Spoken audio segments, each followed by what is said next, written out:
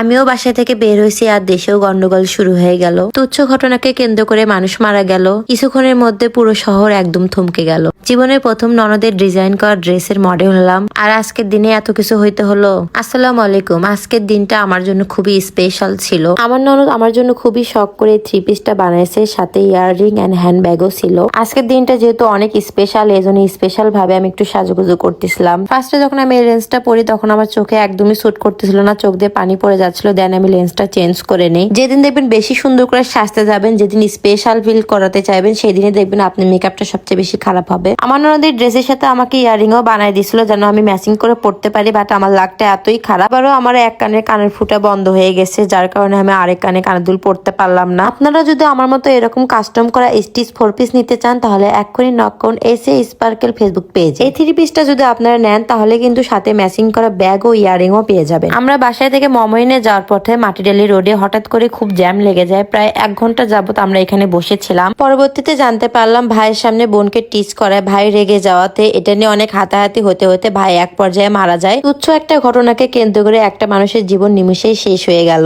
আমরা যখন জ্যামে বসেছিলাম তখন এই বিষয়ে আমাদের কোনো ধারণাই ছিল না। বাসায় যাওয়ার পর জানতে পারলাম যে ছেলেটা মারা গেছে সেই ছেলেটার বয়স মাত্র 19 বছর ছিল। ছেলেটার বয়স এত কম ছিল যে শুনে অনেক খারাপ লাগতেছিল। আই হোপ এটা সঠিক বিচার হবে। কিছুক্ষণের মধ্যে আর্মিরা এসে রাস্তার জ্যাম ক্লিয়ার করে দেয়। দেন আমরা বগুড়ার মমইনে আসলাম। আমার সাথে যাকে দেখতেছেন এটা কিন্তু আমার ছোট ননদ। তো আমরা দুইজন মিলে কিন্তু ড্রেসের মডেলিং করতেছিলাম। আমার 4 ননদের ভিতর আমার এই ছোট ননদের সাথে সবচাইতে বেশি মিল। আজকের দিনটা আমার কাছে যতই স্পেশাল হোক না কেন, আজকের দিনটা কোনো কিছু আমার মন মতো হয়নি। আজকে এই শুটটা করার জন্য করে আমি কতক্ষণ ধরে সাজুগুজু করছি, কত কিছু পার করে এই মমইনে আসলাম। আসার পর দেখি রোদ নাই। একে তো এসে তাড়াহুড়া করে শুট করতেছিলাম কারণ কিছুক্ষণের মধ্যে সন্ধ্যা হয়ে যাবে। তার মধ্যে আমার বাবু এবং আমার ননদের বাবু খুব কান্না করতেছিল। তাদের কান্নার কারণটা ছিল তারা মমইনের রাইড গুলোতে উঠবে। আমার বড় ননদ 2 বাচ্চাকে অনেক কষ্ট করে সামাল দিচ্ছিল আর আমরা এখানে ফটোশুট করতেছিলাম ড্রেসের। আমি মনে করি একটা বাচ্চার মায়ের ক্ষেত্রে কোনো কাজই করা সহজ না। পুরুষ মানুষ চাইলে যে কোনো কাজ সহজে করতে পারে আরামায়েসে, কিন্তু আমরা মেয়েরা সংসার সামলিয়ে বাচ্চা সামলিয়ে দেন আমরা আমাদের শখের কাজগুলো করতে পারি। তাই আমরা মেয়েরা যদি কোনো কাজ করি পুরুষদের উচিত সেই কাজগুলোকে অ্যাপ্রিসিয়েট করা। বাবুদের আর কোনোভাবেই সামাল দেওয়া যাচ্ছিল না, ওরা রাইডসে উঠবে মানে উঠবে। তো আমরা চিন্তা ভাবনা করলাম এখান থেকে আমরা নাচ গার্ডেনে যাই। এখানে খোলামেলা পরিবেশে ওরা অনেক সুন্দর করে খেলতেছিল আর আমরা এখানে শুট করতেছিলাম। দেন শুট করা শেষে আমরা সবাই মিলে একটু মজা করার জন্য এই বোট গুলোতে উঠলাম। সারাদিনে ক্লান্তি শেষে যখন নিজেদের মতো ফ্যামিলি মেম্বারদের সাথে টাইম স্পেন্ড করতেছিলাম তখন কিন্তু অনেক বেশি ভালো লাগতেছিল।